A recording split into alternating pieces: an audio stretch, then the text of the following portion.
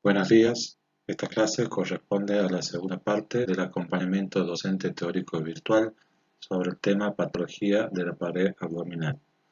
Soy el doctor Pablo Zaineldin y el tema que veremos a continuación es eventaciones.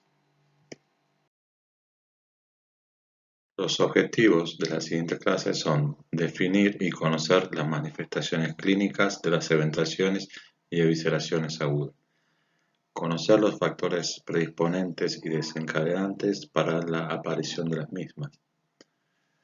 Reconocer mediante la clínica y métodos complementarios la presencia de complicaciones y conocer cuáles son las opciones terapéuticas que se ajustan a la disponibilidad del medio y al estado clínico del paciente.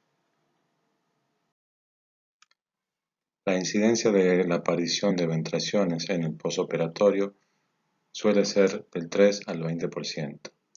En los Estados Unidos se realizan aproximadamente 4 millones de laparotomías al año y 150.000 reparaciones de eventaciones, y estas presentan un alto índice de recidiva, aproximadamente del 25%, por lo cual representa un gran impacto socioeconómico y una gran utilización en los recursos del sistema de salud. Definimos a la eventación como la protrusión o pasaje del contenido abdominal a través de una zona de debilidad parietal adquirida, que es consecuencia de una cirugía o laparotomía. También se puede utilizar el término de hernia incisional. Se pueden incluir también a distintas zonas de debilidad que son producidas por un trauma parietal. Vamos a recordar cómo está compuesta la pared anterolateral del abdomen. Existen 5 músculos, 2 a nivel de la parte media. Uno sería el músculo recto en toda su extensión y el músculo piramidal en la parte inferior. Los músculos laterales son el oblicuo mayor, el oblicuo menor y el músculo transverso. Es importante conocer la disposición de las vainas aponeuróticas de los músculos laterales que forman las vainas de envoltura del músculo recto y la línea media.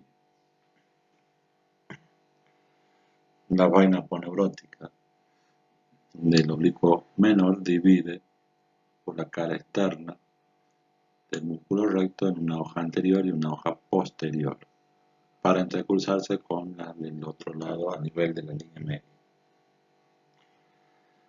Las vainas aponeuróticas del músculo transverso se adosan en la hoja posterior de la vaina del recto y las del oblicuo mayor pasan por la porción anterior de la vaina de los músculos rectos. Todas se unen a nivel de la línea blanca o la línea media. Debido a esta disposición de las vainas musculares, se considera a estos músculos como músculos bigástricos. En la parte inferior del abdomen, por debajo de la línea arcuata, todas las vainas de los músculos van a pasar por delante de la vaina del músculo recto, estando tapizada la pared posterior de los músculos rectos solamente por las fascias transversales a este nivel.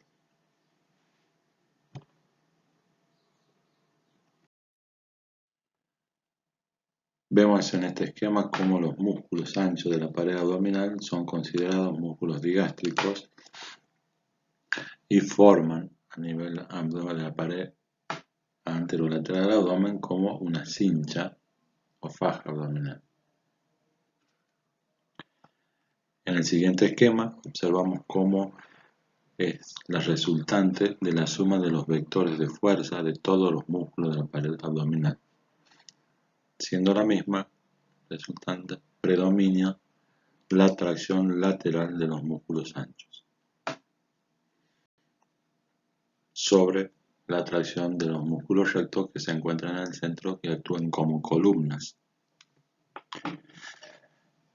Esta disposición estructural ha sido estudiada desde el punto de vista biomecánica y mecánica y comparada con la fuerza estructural que poseen las cúpulas de las catedrales. Para que la fuerza estructural sea efectiva es necesario la indemnidad de todos los elementos que la componen. Cuando existe la presencia de una eventración a nivel de la línea media o a otro nivel, se produce una alteración en toda la función de la pared abdominal. Se produce el predominio de la fuerza de tracción lateral de los músculos laterales que van a favorecer el agrandamiento del anillo ventrógeno.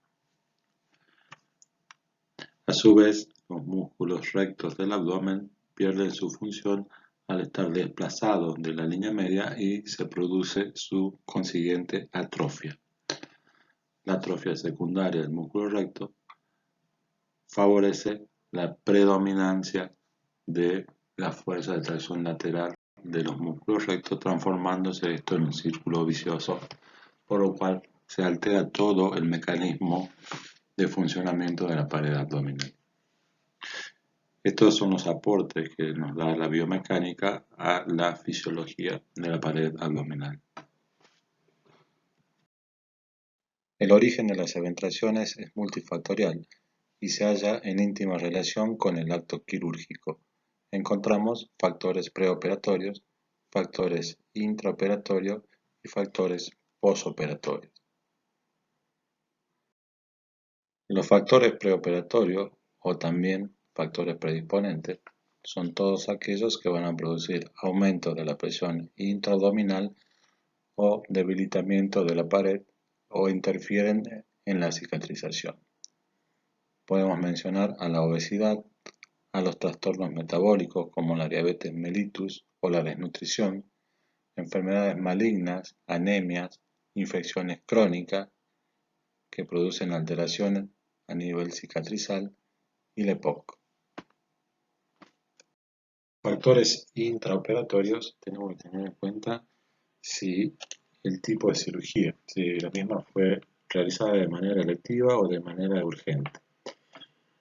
En la cirugía de urgencia existe una imposibilidad de corregir todos los factores preoperatorios,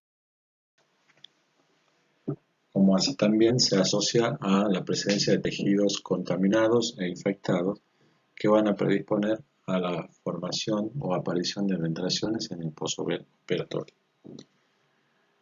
De acuerdo al tipo de incisión, las incisiones verticales son las más eventrógenas debido a que predomina la tracción lateral de los músculos anchos del abdomen y produce la resistencia de la sutura.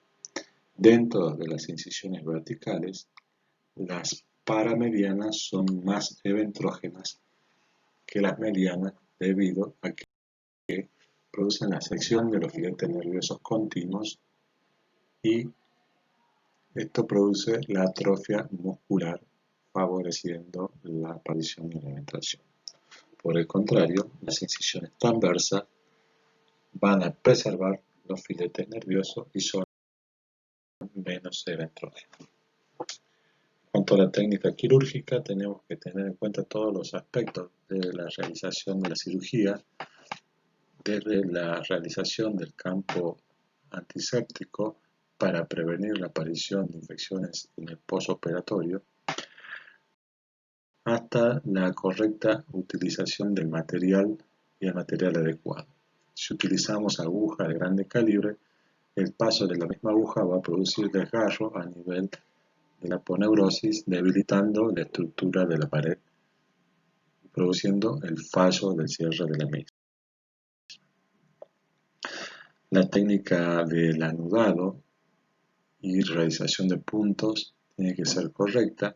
No debe haber excesiva tensión a nivel de la sutura que puede producir la isquemia y necrosis de los bordes. La ubicación de los puntos debe ser simétrica y con una toma de suficiente tejido para que pueda afrontar los bordes de la herida y no se produzca la resistencia de la misma. Y por último, el tipo de anestesia. En el momento del cierre de la pared abdominal, que es el último tiempo quirúrgico, debemos mantener el plano anestésico y el paciente tiene que continuar con una buena relajación muscular. debido a que si hay falta de relajación va a haber tracción y tensión en los músculos y va a producir el desgarro de toda la pared abdominal. Entonces siempre hay que solicitarle al médico anestesiólogo diciendo que es el momento del cierre, que los relaje, que los relaje más para que se pueda hacer una sutura y un cierre adecuado hasta que finalice la cirugía.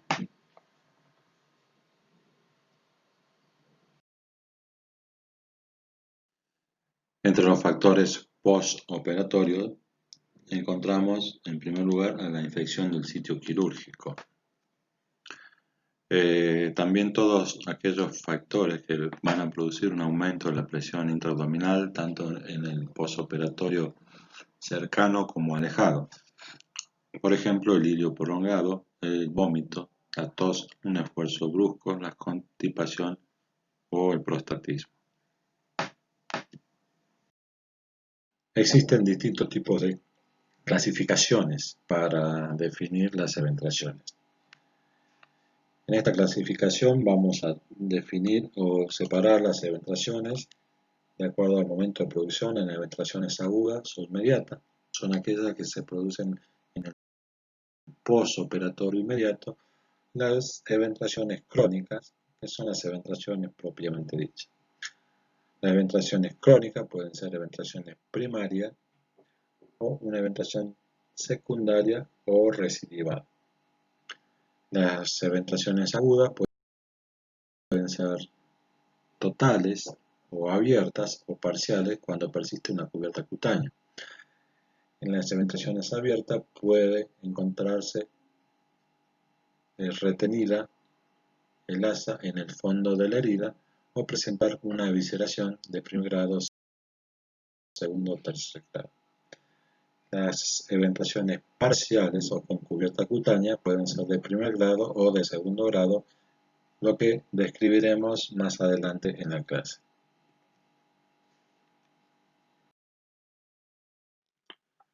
Definimos como una eventración aguda a la presencia de la descisencia de la sutura laparotómica que aparece en el periodo postoperatorio inmediato. Esta descisencia de la sutura puede ser de manera total o parcial. Cuando la descisencia ocurre de manera total, es decir, hay una apertura de todos los planos anatómicos, decimos que es una eventración aguda abierta. Vemos acá la separación de los planos musculares aponeuróticos y la cubierta cutánea.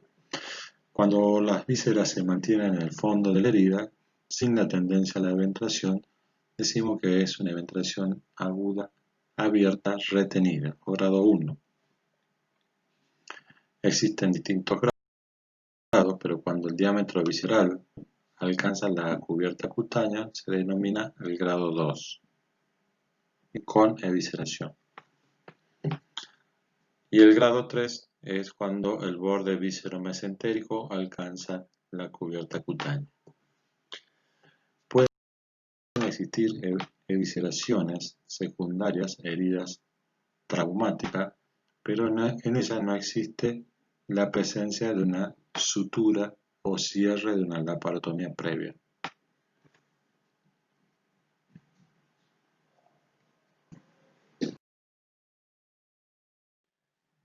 En las eventraciones agudas parciales persiste la cubierta cutánea debido a que esto es un tejido que es más extensible y se considera tipo 1 cuando persiste la piel, tejido celular y el peritoneo se conservan intactos. En la eventración cubierta tipo 2, solo la piel es quien recubre al asa intestinal. ¿Cómo realizamos el diagnóstico de las eventraciones agudas? Durante el postoperatorio inmediato aparecen alrededor del quinto día aproximadamente una secreción a través de la herida de color asalmonada que mancha de manera manera abundante en los apósitos que cubren la herida. Esto va a estar acompañado generalmente de la presencia de una leve taquicardia o una febrícula, la presencia de un hilio o la sensación o la presencia de un episodio de vómito. El paciente puede referir la sensación de una rotura o hinchazón y a veces podemos observar las asas intestinales en el fondo de la herida o la salida de las asas hacia el exterior.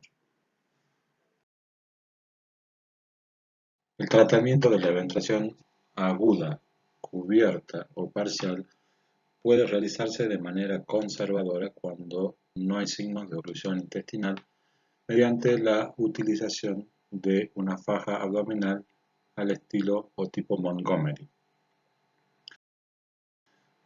Cuando hay riesgo de oclusión o hay signos de oclusión, se debe realizar una cirugía urgente para realizar el cierre de la pared abdominal. En las eventraciones agudas abiertas o totales con evisceración, el paciente debe ser llevado a cirugía de manera urgente.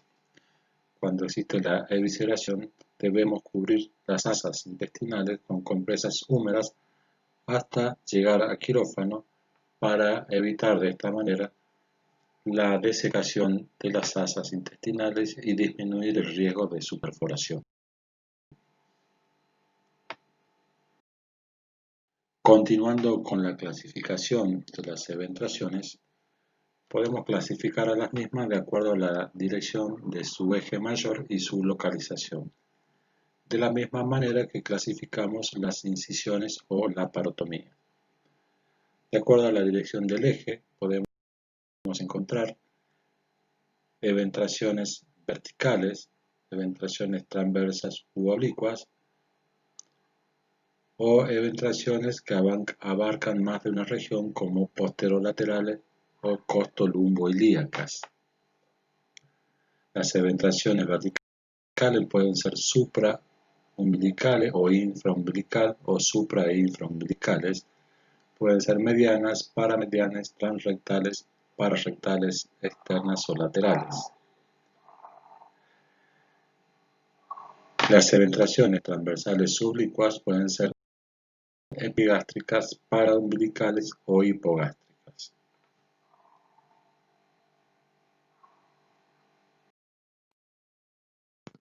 También podemos clasificar a las eventraciones de acuerdo a su tamaño, de acuerdo al anillo eventrógeno. Pueden ser pequeñas hasta 3 centímetros, moderada de 3 a 6, grande de 6 a 10 centímetros, gigantes entre 10 y 20 centímetros y monstruosa cuando tienen mayores a 20 centímetros de diámetro.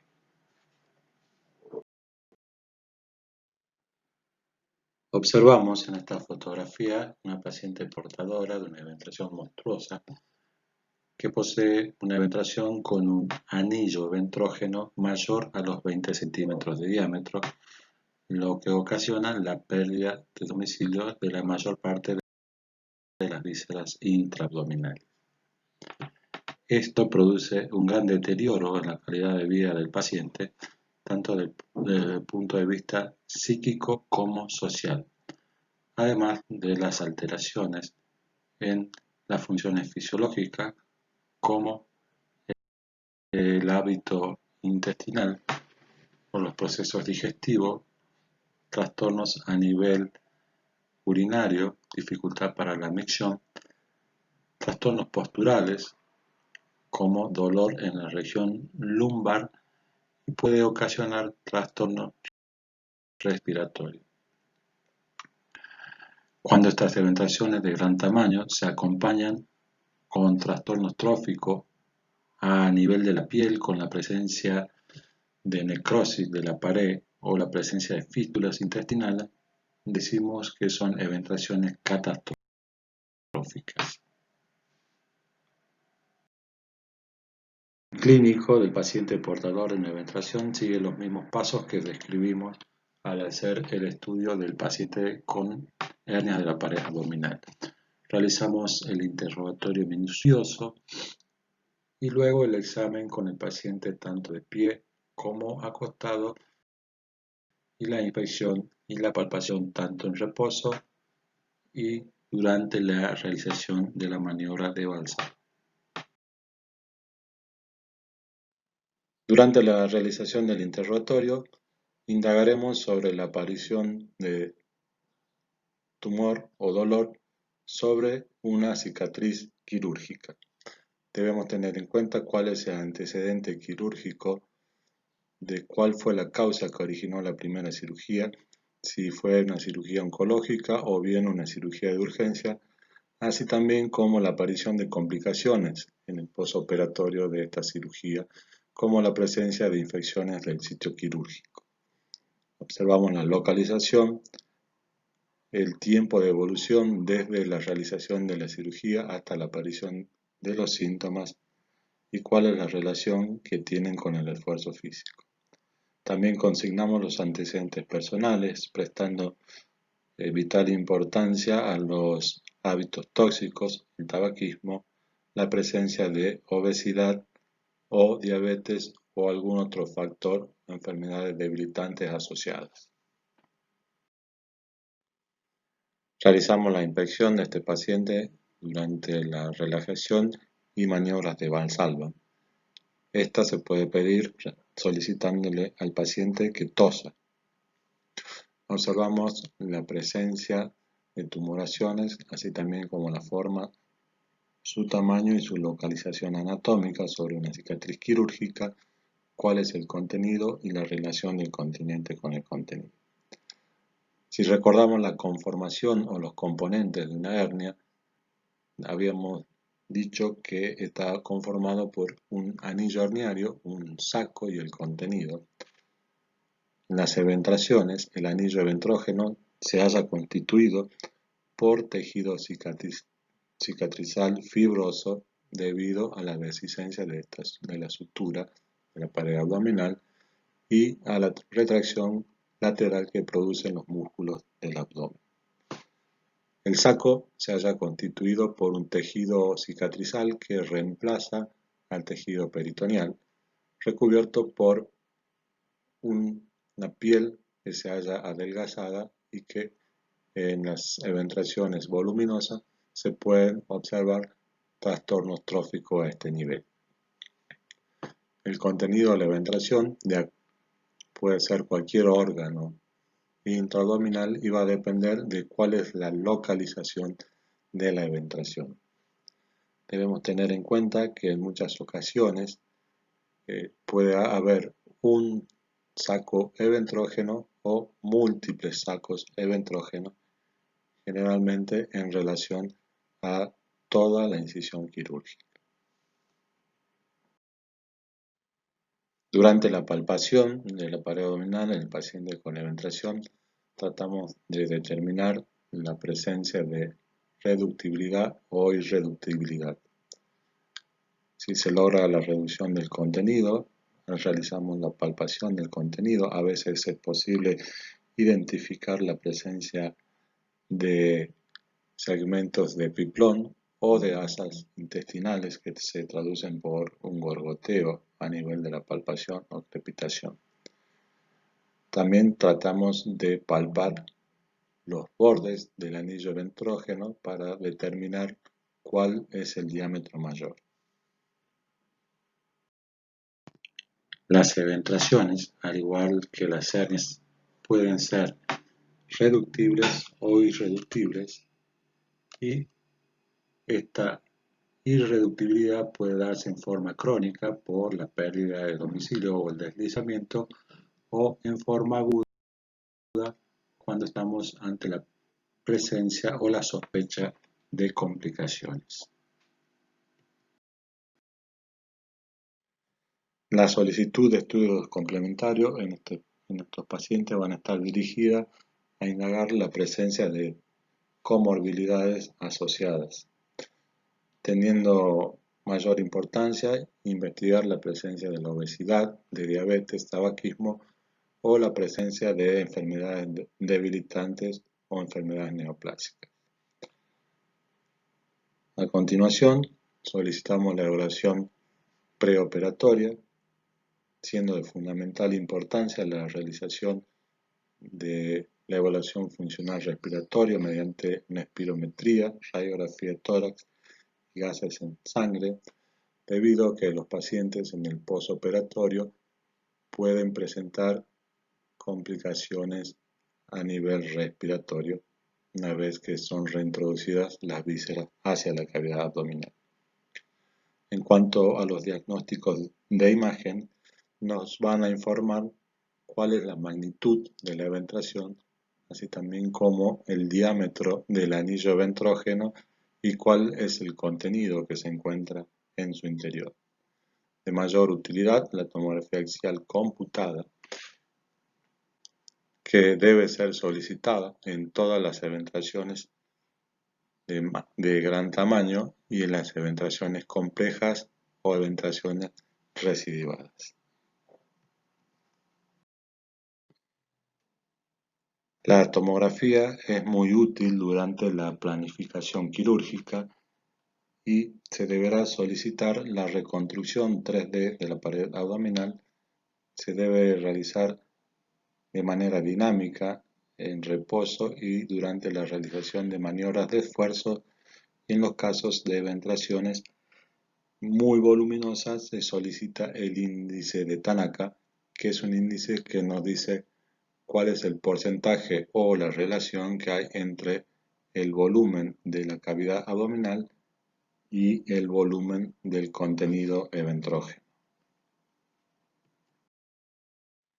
Los diagnósticos diferenciales que nos debemos plantear en todos los pacientes que presentan tumoraciones a nivel abdominal son la ascitis, que produce un gran aumento de la presión intraabdominal, y secundariamente pueden aparecer hernias o eventraciones.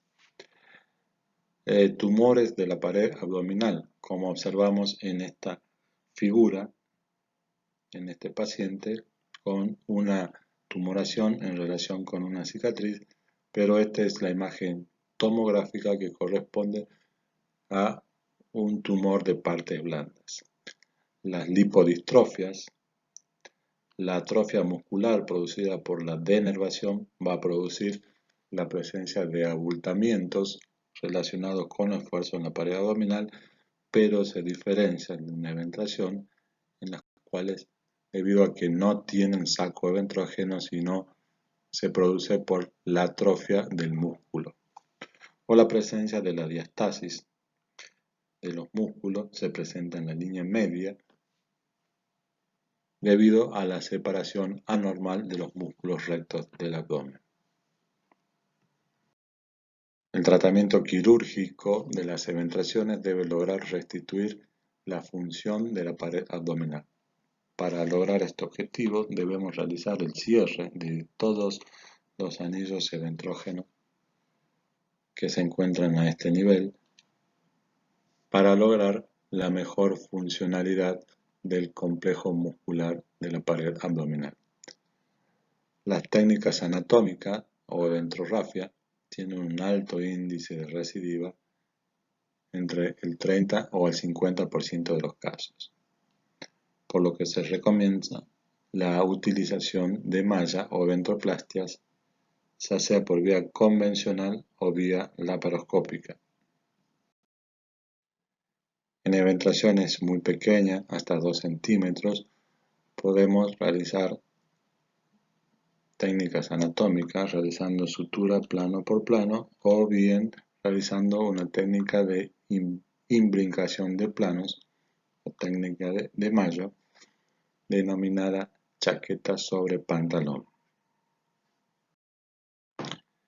En eventración de mayor tamaño se pueden utilizar distintos tipos de incisiones de descarga que lo que van a permitir es la relajación o la aproximación de los músculos hacia la línea media. Estas técnicas de incisiones de descarga o de separación de componentes pueden utilizarse como ayudantes en los distintos tipos de cirugía.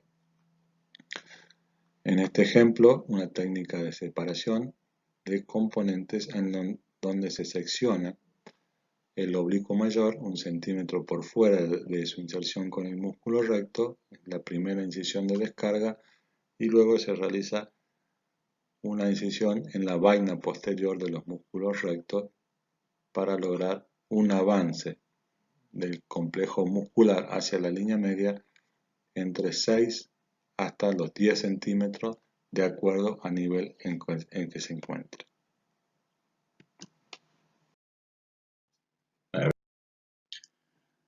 Las mallas quirúrgicas se clasifican de acuerdo a su origen en sintéticas o poliméricas y naturales o biológicas.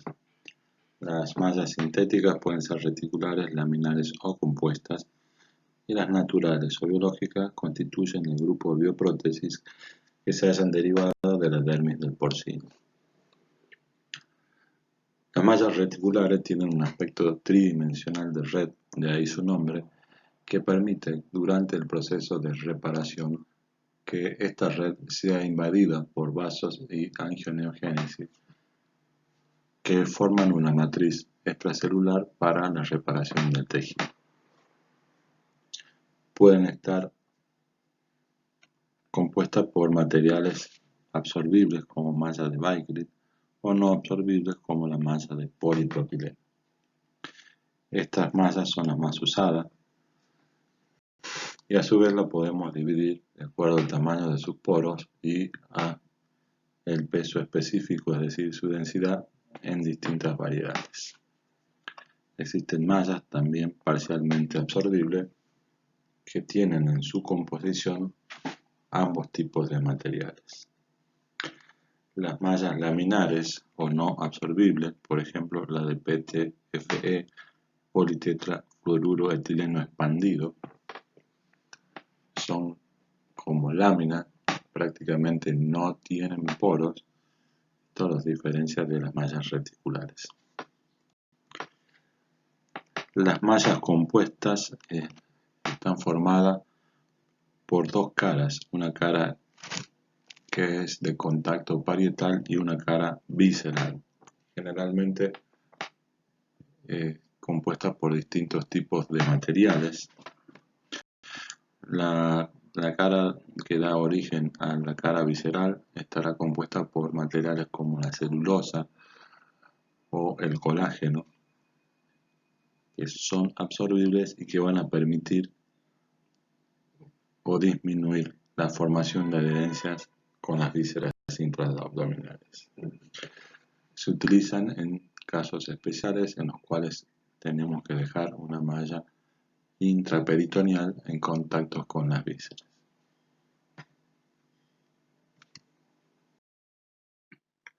Existen distintos planos anatómicos en donde se puede ubicar una malla para la reparación de las eventuaciones. Tenemos que recordar que para la elección del tamaño de la malla, la misma debe sobrepasar en 5 centímetros todos los bordes del defecto eventrógeno. Es decir, que la malla debe superar el tamaño del defecto. En cuanto a la ubicación en el plano anatómico, el plano anatómico ideal es por detrás de los músculos. Como vemos acá en azul, detrás de los músculos rectos, este es el plano retromuscular prefacial.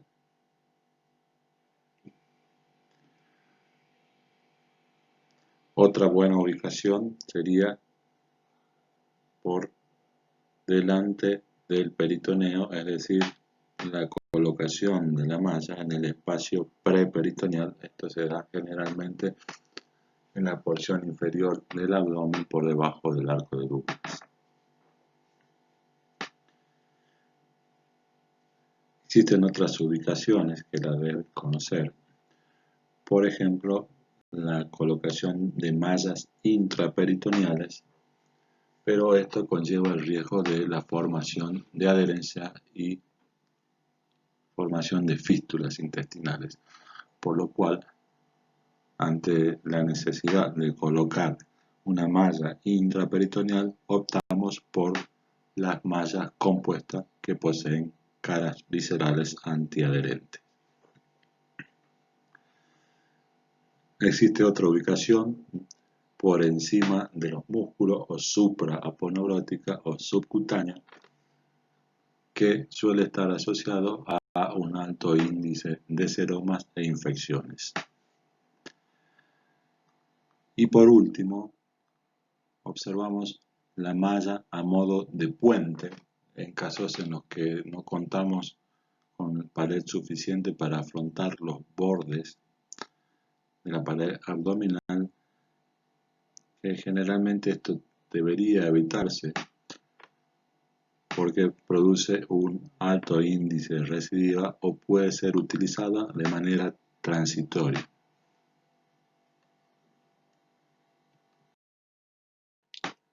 La reparación de las eventraciones por vía laparoscópica está indicada en eventraciones pequeñas de hasta 6 centímetros de diámetro o hasta 10 centímetros de diámetro. Puede realizarse mediante distintas técnicas. En el primer caso, las técnicas IPON o IPON, que utilizan mallas intraperitoneales. En este caso podemos utilizar mallas compuestas que tengan una cara visceral, o podemos optar también para realizar un TAP, es decir, ubicar la malla preperitoneal ventral. Colocamos la malla en el espacio preperitoneal y se cierra nuevamente el peritoneo. Esta es una gran eventración con pérdida de domicilio, por lo cual no está indicada una cirugía laparoscópica.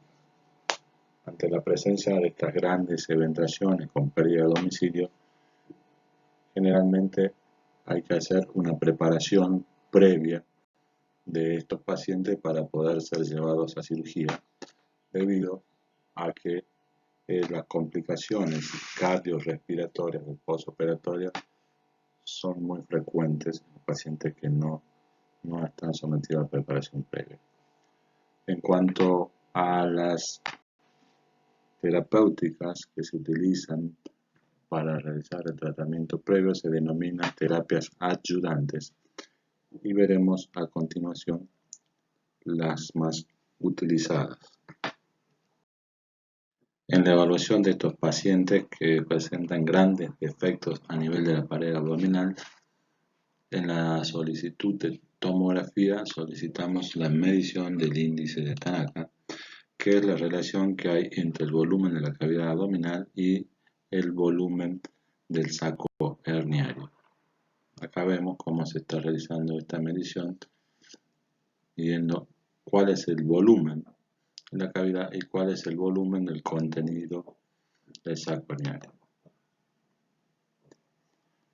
Cuando este índice es mayor a 25, decimos que hay pérdida de domicilio. La reintroducción de toda esta víscera o saco visceral dentro de la cavidad abdominal va a producir alteraciones a nivel cardiorrespiratorio. Por eso requiere del uso de terapias ayudantes. Dentro de las terapias ayudantes para pacientes con grandes eventraciones, describimos el neumoperitoneo progresivo preoperatorio, que consiste en la introducción de aire a través de la cavidad abdominal. Los objetivos es reducir las complicaciones cardiorrespiratorias del postoperatorio que se provocan por el síndrome compartimental.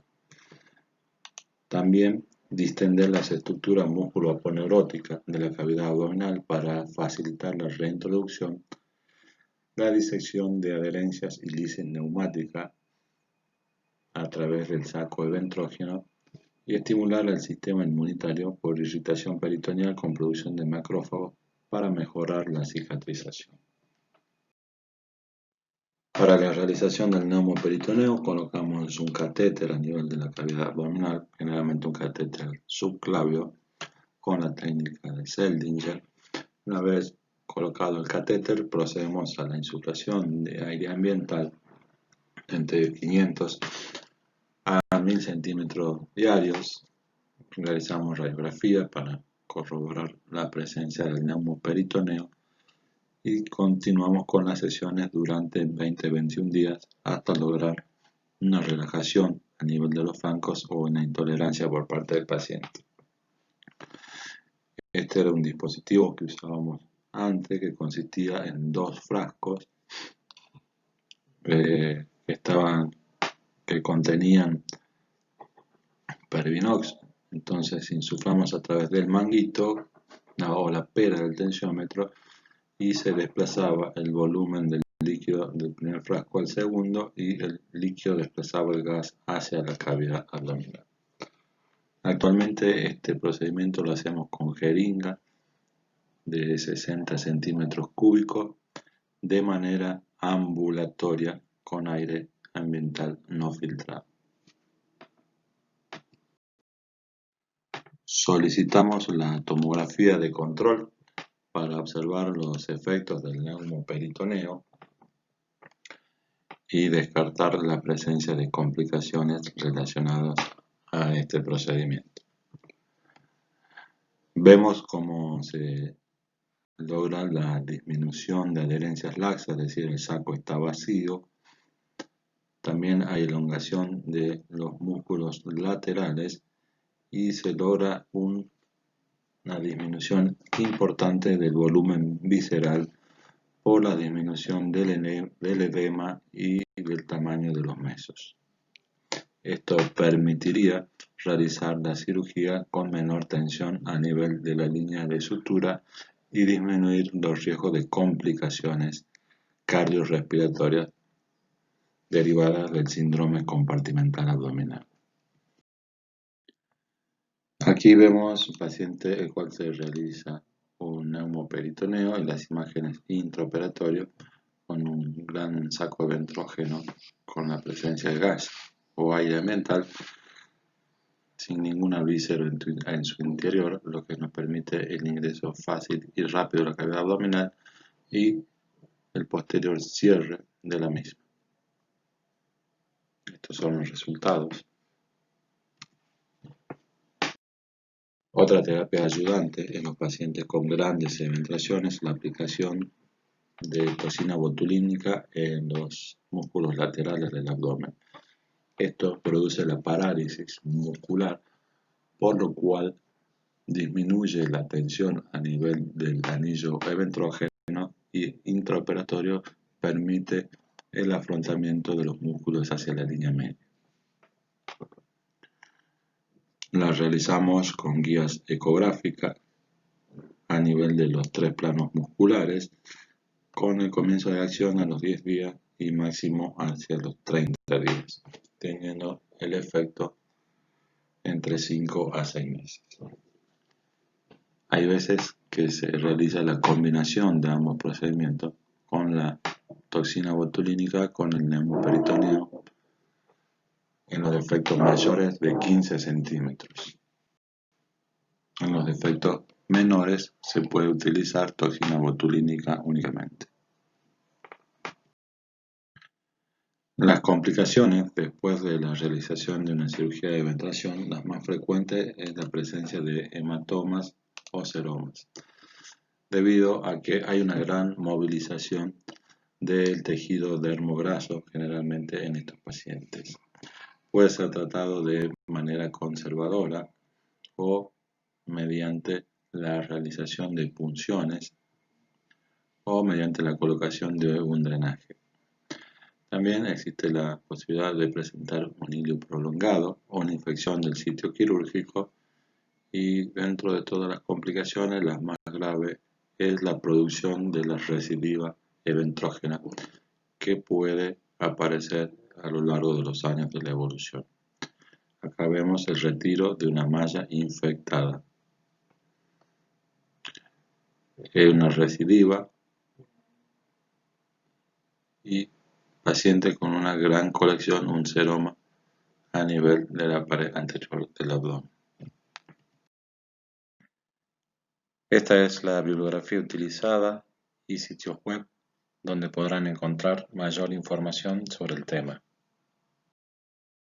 Muchas gracias por su atención y les dejo el mail institucional para que puedan formular preguntas.